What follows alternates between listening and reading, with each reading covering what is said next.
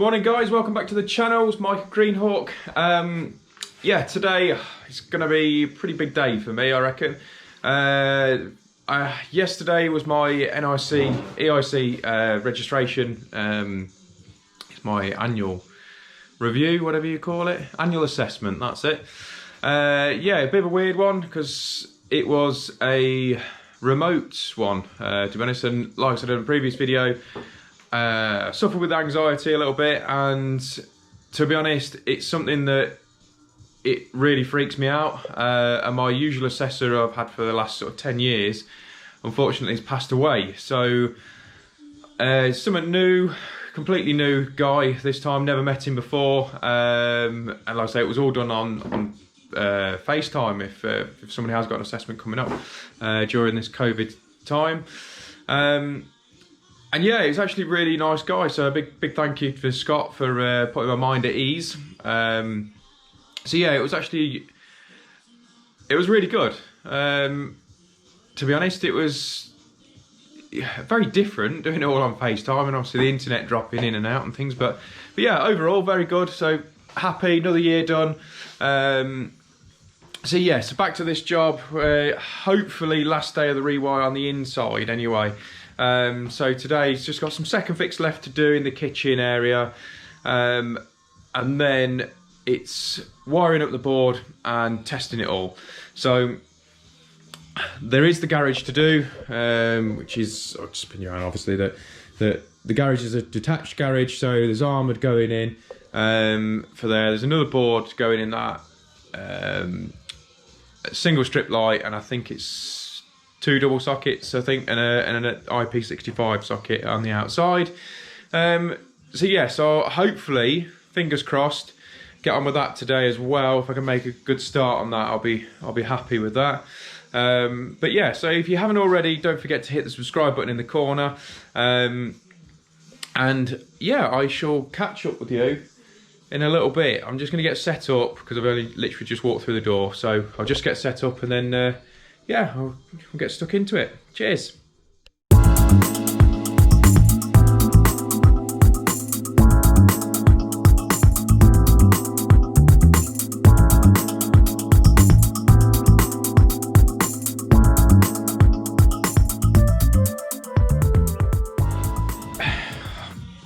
When I stripped out the house on, well, pretty much day one,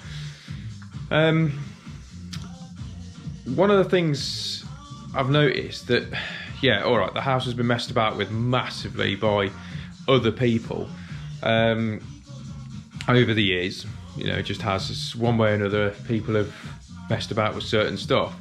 But when actually speaking to the clients who, they can't remember too much from when they bought it that they've had anybody in, and they've got no reason to lie. I mean, they're paying for the house to be rewired anyway, so it's, you know, so it's, they got no reason to hide anything. But when I dropped down most of the like light fittings and things, and they haven't been messed about with at all. And from, I mean, this house is probably early 70s, perhaps, something like that.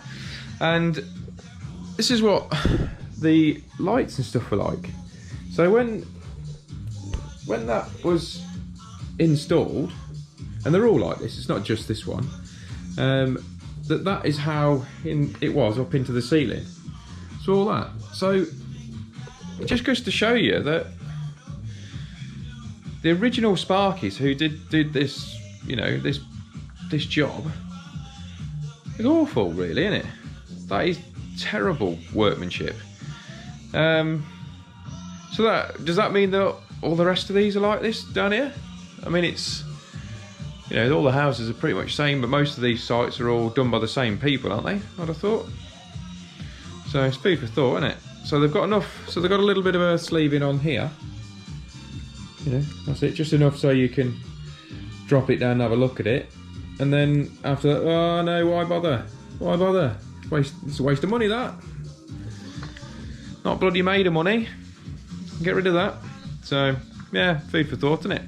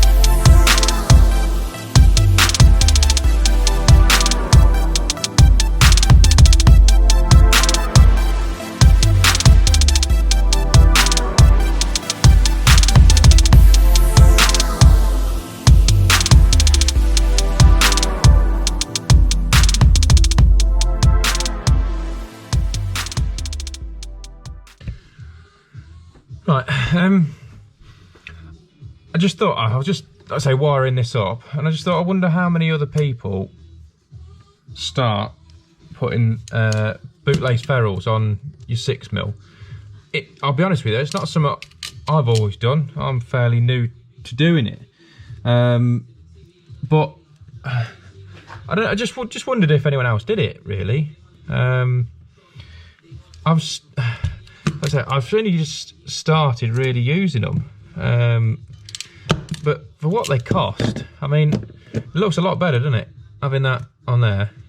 You know, the next guy who takes that off, so look at that, oh, that's pretty decent, that. It's sort of, and for what it takes to do it, it's not really a hardship, is it? And whether that gives me a better connection, which I'm assuming it will, it surely can only be a good thing. So I just wondered whether anybody else did it. Like I say, I've not always done it, so don't think that's what I'm saying. Oh, you should always do that and all the rest of it, because I haven't.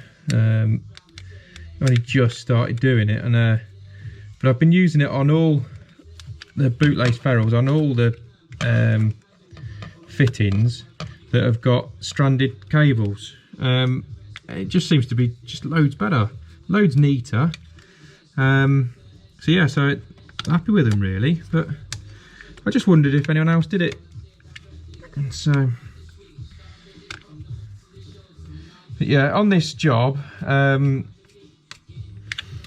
I say, we're not down to doing any plastering, and I won't spend any time leveling sockets and things like that, because there's literally no point, because they're all going to come back off and come forward ready for the plastering to be done. So if you do see any of the sockets and they're slightly wonky, then you know why, because I don't really see the point in sorting that out when they're all going to come off in the next few days, so clients can get back to some sort of normality. But yeah, they're actually really chuffed with doing these, to be honest.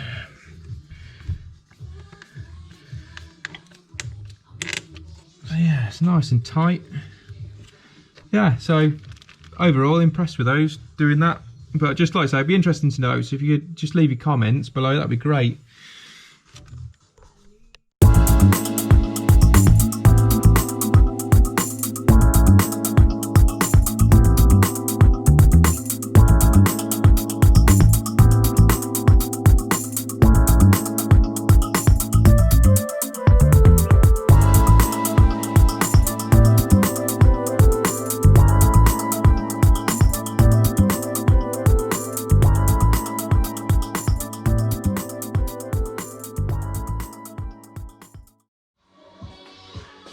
Right, that's all the second fix done for the whole house, really, I suppose, as far as I can do.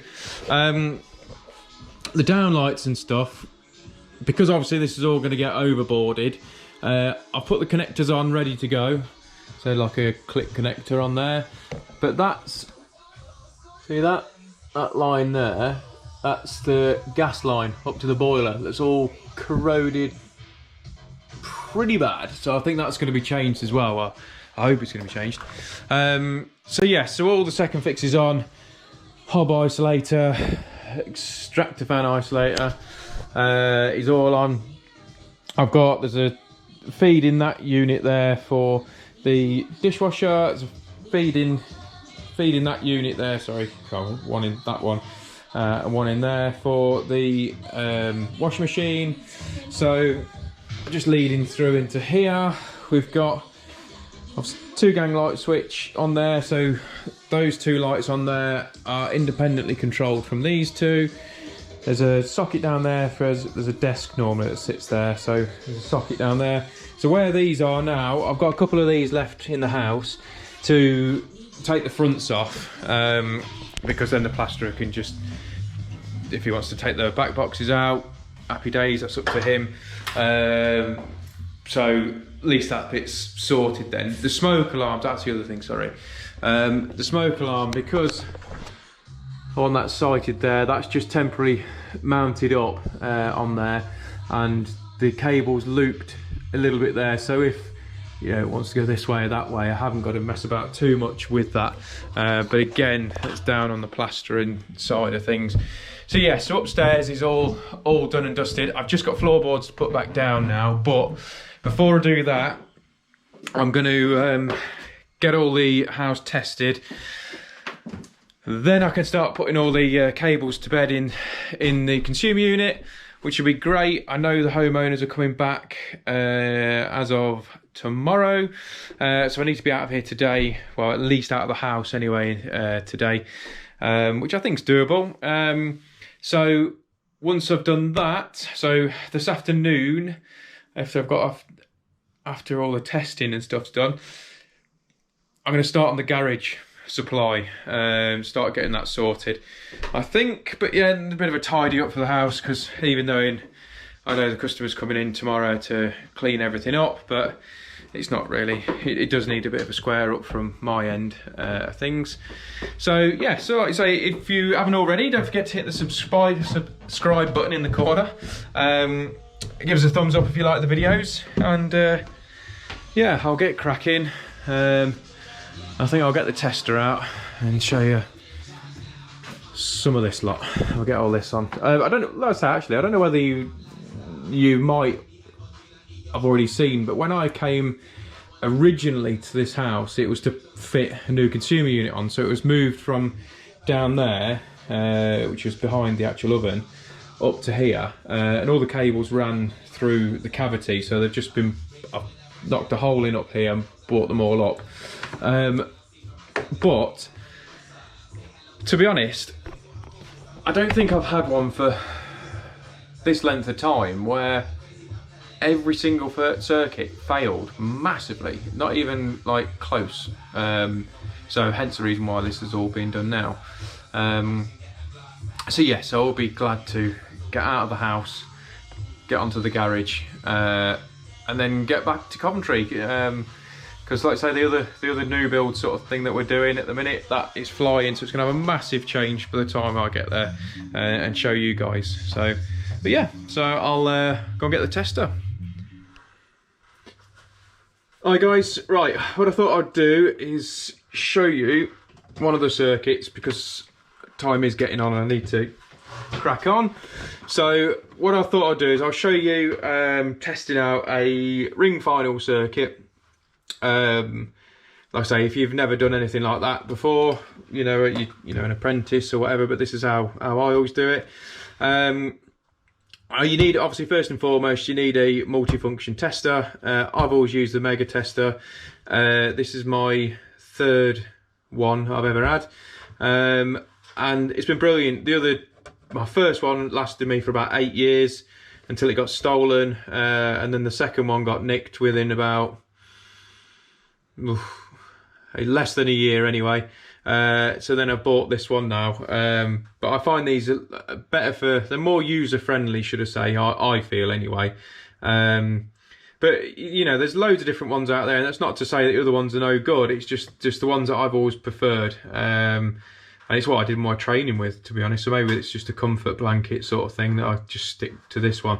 But anyway, right, when you turn your machine on, you need to get it onto ohms on there, but you need to null your leads by doing that, clicking that together.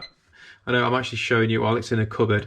So that's 0.08. So obviously if you didn't null that, that is added on at 0.08, is added on to your actual circuit. So you need to null that and get it back to 0. Okay, so from there, how I always do this is, except for I've tangled you up in the GoPro, that should be better now. So what I do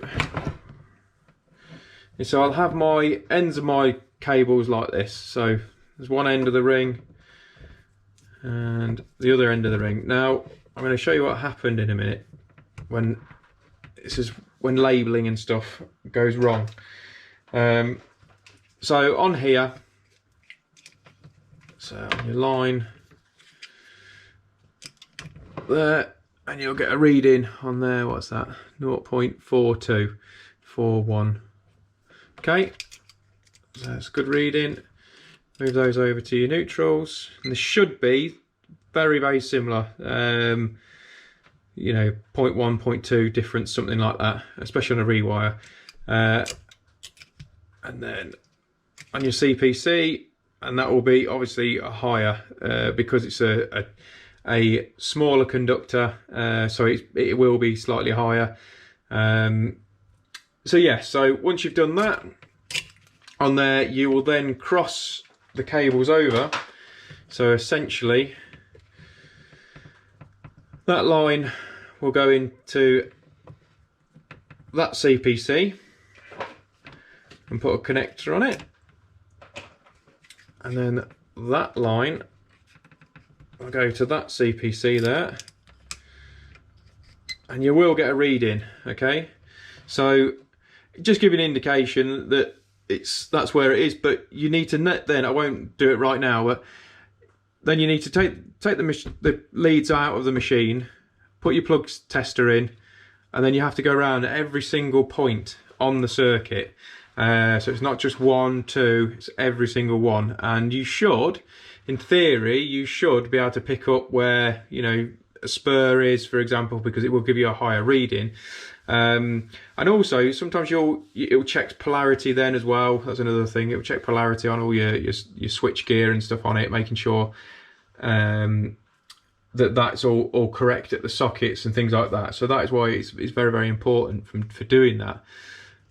Okay, then after that, once you've been round and you've verified that's all okay, so then you're on to insulation resistance test. So you move that around to 500 volts, because you always test at 500 volts unless there is sensitive equipment that can't be disconnected. You know, whether there's got a load of PCs in the house, something like that, or, you know, they've got a lot of smart controls, should I say. So, you know, you've got, you know, you've got smart light switches, smart, you know, functions for outdoors and things like that. So you then drop that down to 250 volts, but you will have to note that down on your certificate, that it's been tested at a lower voltage. So on there, so you back onto your line and CPC, so you can keep this one out of the way, so making sure they don't touch at all. And then if you press and hold the test button, so my machine will only read up to 999. I say only, that's its maximum, so that is perfect. So move that across, so you do CPC to neutral, press and hold that again, we've got another 999, and then line, this is quite difficult doing it this way, but then you've got line and neutral there. Okay, 999. So that essentially is your dead testing process for a ring main. Once you've done that, you then can turn that off. Once you've done that, you then can put that into the consumer unit, and then you'll do, you know, you'd energize that circuit and do your live testing. But as it stands now, you see I've got all these other ones to put in, so I do all my dead tests, then I'll put all the cables in place, and then I'll go around, do all my live testing and things like that afterwards. But what I was saying to you earlier on is about the importance of labelling, and it was actually wrong. So this one was marked up on here as upstairs ring, equally, so I had 3 upstairs rings. So, you know, I came to do my end-to-end tests on these 2 and I wasn't getting anything. And that's not to say that these were marked up initially wrong, but I know they are, because if that had happened and they were 100% right, the chances of you getting no connection whatsoever between your lines, you know, and your CPC is slim to none. So normally, you know, you might get one that, I don't know, an apprentice is it's not come out or on earth, or not just an apprentice, it could be me or anything, it happens, has snapped, then that is what can happen. But when they're all, you know, none of them are connected, it's generally someone's laboured it up incorrectly. So key is not to panic on these sorts of things. So what I did then is just thought, oh, okay, let's have another one, have another quick look through all my cables, and lo and behold, I've got 3 upstairs rings that are roped down. So I assume that one of these should be the downstairs ring. So I obviously went through the process of doing my end-to-ends, and that's where I've located it. So the key is not to panic. That is one of the best bits of advice I was given from a mate of mine who's retired now, Sparky. But when I was doing it, when I first started out, any faults, even though they're nothing to do with me, I come to change the board, and it used to freak me out. It used to get really, really panicked. Yeah, I used to really panic, and then I couldn't think properly. And he said to me, "What are you freaking out for?" He says, "It's not your fault." He says, "You're here to fix the issue, not create more of an issue by getting, you know, not thinking properly." So it was a little tip there. Is just stay chilled, because, you know, what's the worst that can happen? You know, it's dead. It can't do anything. It's not going to hurt you. So just take your time and work through your processes of tracing then after that. But yeah, like I say, I am going to crack on, because I've really got to get this power on by the end of today. So I'll crack on. I'll probably show you once I've got the board sorted. But I just wanted to show you some testing, and a ring main's probably the most complicated one, should I say, on there. Just so you've got something to go at. But yeah, so I'll get cracking, and I'll catch up with you once they're a bit further on. Right, I'm pretty much there now with the board. So the cooker isolation. This one here is for the hob, but that's going to go on this bit here. Sorry, I'm not even showing you the right. I need to change that for a 32 amp. Basically, it's not, at the minute, it's just supplying the garage temporary. So that's why this is like this. So that's all going to come out anyway and go. So I'm just going to drop that one in tomorrow, I reckon. But yeah, so pretty much there now on the board. Got a lot of tidying up to do, I'm going to be honest. A lot of tidying up. So, like I say, I hope you enjoy the videos. If you do, don't forget to give us a thumbs up. And tomorrow we'll be on the garage, start getting all that rewired, and get all the armoured in, and another little sub main and stuff. So yeah, so thank you very much for watching, and I shall see you tomorrow. Cheers.